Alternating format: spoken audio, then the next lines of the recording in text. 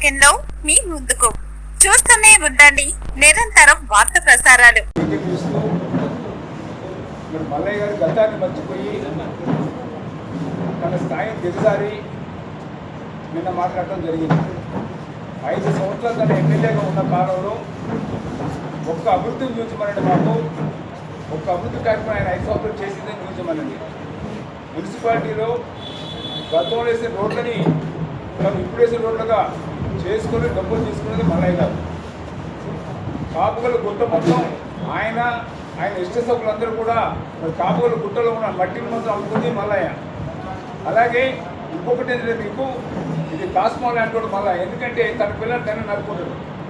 MPP ఎన్నికల్లో కానీ ZPTC ఎన్నికల్లో కానీ ప్రతి టికెట్కి 5 లక్షల రూపాయలు తీసుకుంది మల్లయ్య. ఆ రోజున తన కార్యకర్తల దగ్గర డబ్బులు తీసుకొని టికెట్ ఇచ్చింది మల్లయ్య.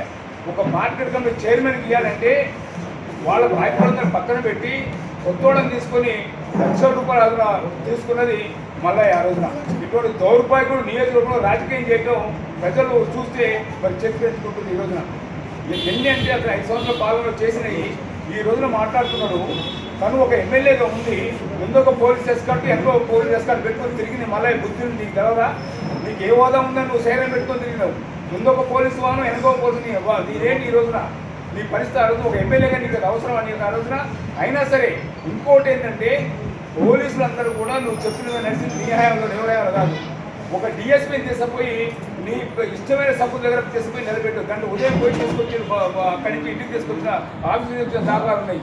పోలీసుల్ని అడ్డగోలుగా వాడుతున్నది నువ్వు, ఈ రోజు మళ్ళీ అడ్డగోలుగా మాట్లాడుతుంది నువ్వు. ఇది పద్ధతి కాదు. వ్యవస్థ మీద నమ్మకం ఉండాలా, పద్ధతిగా మాట్లాడాలా. ఇంకొకటి ఏంటంటే ఈ రోజున గోదావరి ప్రభుత్వ హాస్పిటల్ శంకుస్థాపన చేసింది, ఈరోజు కట్టిస్తుంది ఉత్తమ్ కుమార్ గారు, వాళ్ళు కట్టిస్తున్నారు. నీ హయాంలో శంకుస్థాపన. అదేంటంటే నేను ఎప్పుడో పాత్రలు నేను ఎప్పుడో ఇచ్చినా నామలేని సంఖ్యను మాట్లాడుతున్నాడు ఈ రోజున. మరి అతను వీళ్ళిద్దరు అభివృద్ధిలో ఎక్కడన్నా అతను మరి నిలబడగలడా?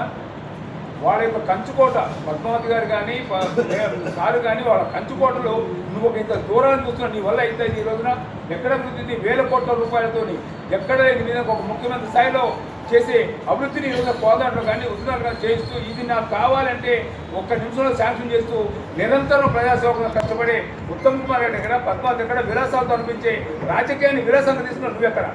ఇప్పటికైనా బుద్ధి తెచ్చుకోమని చెప్తున్నావు, పద్ధతిగా మాట్లాడమంటున్నావు. మల్లయ్య గారు నువ్వు కనుక పద్ధతి మాట్లాడితే మేము కూడా ఒక పద్ధతి బయటకు వెళ్తే నువ్వు ఉండవు. ఈరోజు రాజకీయాల్లో శత్రుత్వం మంచిది కాదు. కానీ నువ్వు చేసే మాటలు వర్గాలు చేసి చివరికి నీ పార్టీలో కూడా మండల పార్టీ అందరూ 5 కూడా పోయారు.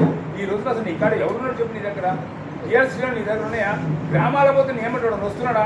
ఈ తీసుకుపోయిన ముగ్గురుతో ఇంకోటి వస్తున్నాడా నీ దగ్గరికి? ఒక్కసారి ఆలోచన చేసుకోవాలి. ఇక ముందు ఇటువంటి మాటలు మాట్లాడితే నీ స్థాయి తగ్గించుకునే మాటలు మాట్లాడితే ఖబర్దార్ బిడ్డ, జాగ్రత్తగా ఉండాలని హెచ్చరిస్తుంది. ఆర్ఎండ్బి బంగ్లాకి 8 కోట్లు తెచ్చినా, కోదాడకు నవోదయ స్కూల్ తెచ్చినా, కోదాడ నియోజకవర్గాన్ని ఇంటిగ్రేట్ స్కూల్ తెచ్చినా, ఏం చేయలే. మీకు అవగాహన లేకనే ఇవన్నీ మీరు మాట్లాడుతున్నారు మల్లయ్య గారు. ఇది మీకు పద్ధతి కాదు. ఈ మధ్యకాలంలో కోదాడలో మనం డబుల్ బెడ్రూమ్ ఇల్లు ఇచ్చినాం, పాలంగారులో డబుల్ బెడ్రూమ్ ఇచ్చినాం. మల్లయ్య గారు మీరు ఆలోచన చేసుకోవాలా.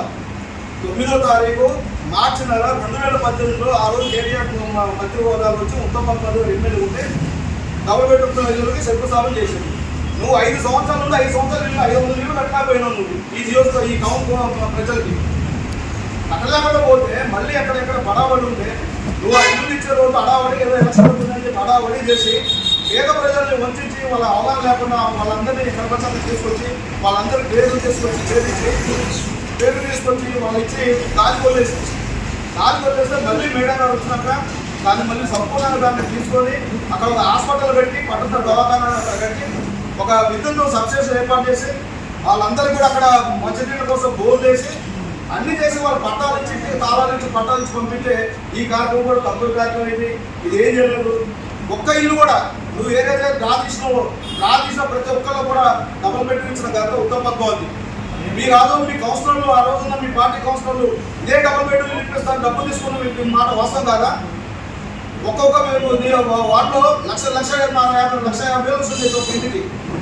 దీని మీద నీకు అవగాహన లేదు. నీకంతా అవినీతి భయం, నీ 5 సంవత్సరాలు అవినీతి భయంతో కలిసి ఇవాళ అభివృద్ధి చేస్తున్నారు ఉత్తమ్ పద్మావతి కానీ ఉత్తమ్ కుమార్ రెడ్డి గారు కానీ వాళ్ళని విమర్శించడం తప్ప మీకు పోటీ తక్కువ అయ్యింది. రేపు ఇక్కడ కూడా రాదో తెలవదు.